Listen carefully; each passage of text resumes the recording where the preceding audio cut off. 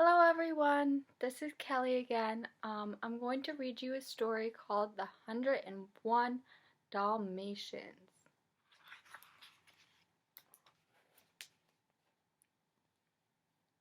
Pongo and Perdita lived in London with their people pets, Roger and Anita.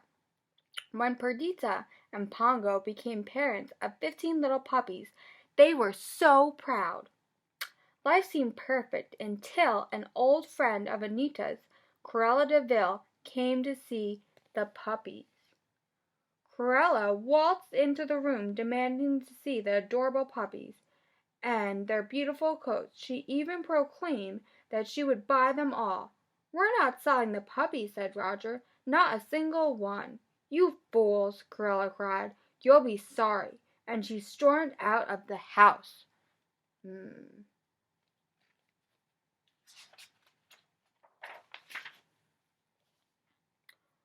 One night Cruella sent her two henchmen, the Bandon brothers, to dog-nap the puppies. The police immediately launched an investigation, but as the days went by, the puppies were still not found. At last Pongo said to Perdita, "I'm afraid it's all up to us." Pongo decided to try the twilight bark. This was the quickest way for dogs to send and receive news across the country.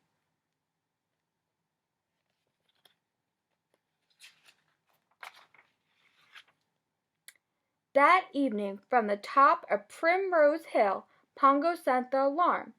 "Bark, bark, bark, howl." Then Pongo and Perdita waited. After a moment an answering bark was heard. "It's the Great Dane at Hampstead," said Pongo, and he barked the message about the missing puppies. The Great Dane then barked out an all-dog alert, sending the news all over London. The twilight bark reached an old sheepdog called the Colonial, who lived on a farm. The Colonial's friends, a horse named the Captain and a cat named Sergeant Tibbs, listened too. They were all concerned to hear that 15 puppies had been stolen. "That's funny," Tibbs said to the Captain and the Colonial. "I heard puppies barking over at the old de Vil house last night." "No one's lived there for years," said the Colonial. "We must go and see what's going on." I wonder if they're going to find the puppies. Let's find out. So, the Colonial and Tibbs went quietly up to the house and peered through a broken window. Inside the house, Horace and Jasper Badon were eating supper and relaxing in front of the television. All around the room there were puppies, not 15 puppies, not even 50 puppies. Tibbs counted 99 puppies. Oh my goodness, that's so many. Look at all those puppies.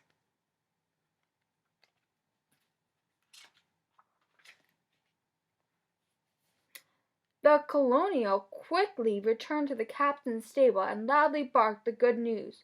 Within no time at all, the twilight bark sent the message all the way back to London that the puppies had been found. The good news finally reached the ears of Perdita and Pongo. They set off across the snowy countryside as fast as they could to rescue their puppies. Meanwhile, Sergeant Tibbs was keeping watch on the house. He peeked in and saw Cruella barking out orders. She wanted the puppies' skins for coats. "I'll be back first thing in the morning." Fur coats! How awful! Tibbs could not believe it. He had to save those poor puppies.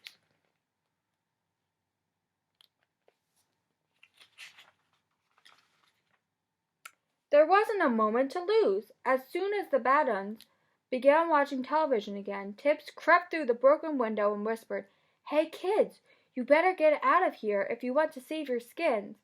When all the puppies had been alerted, Tibbs led them out of the room and up the stairs to find a hiding place. Meanwhile, the Colonial had met up with Perdita and Pongo and led them to the de Vil house. They arrived just in the nick of time and quickly bounded into action. So they were on a mission to go save their puppies. Let's see what happens next. Perdita went after Horace, while Pongo tore at Jasper Bunden's trousers. As the fight was going on, Sergeant Tibbs led the puppies out of the house to the safety of the captain's stable.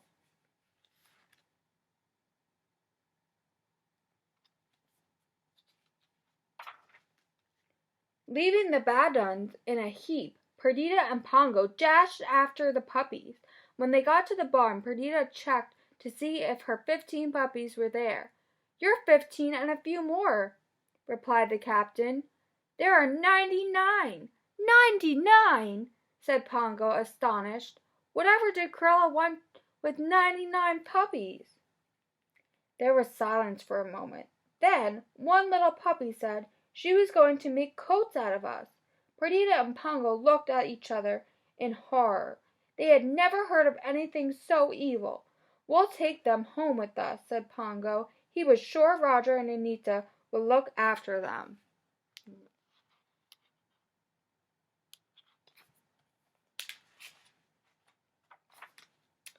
Perdita, Pongo, and the puppies set off back to London, fearing that Cruella would come after them.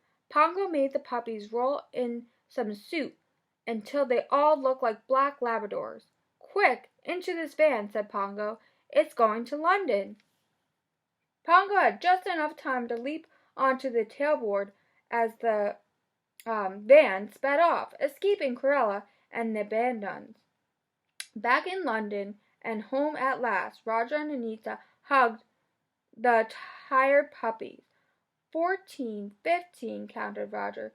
62, 94, and 5 over there. That's 101 Dalmatians, counting Perdita and Pongo. "What'll we do with them?" asked Anita. I wonder what they're going to do with the puppies. Let's see.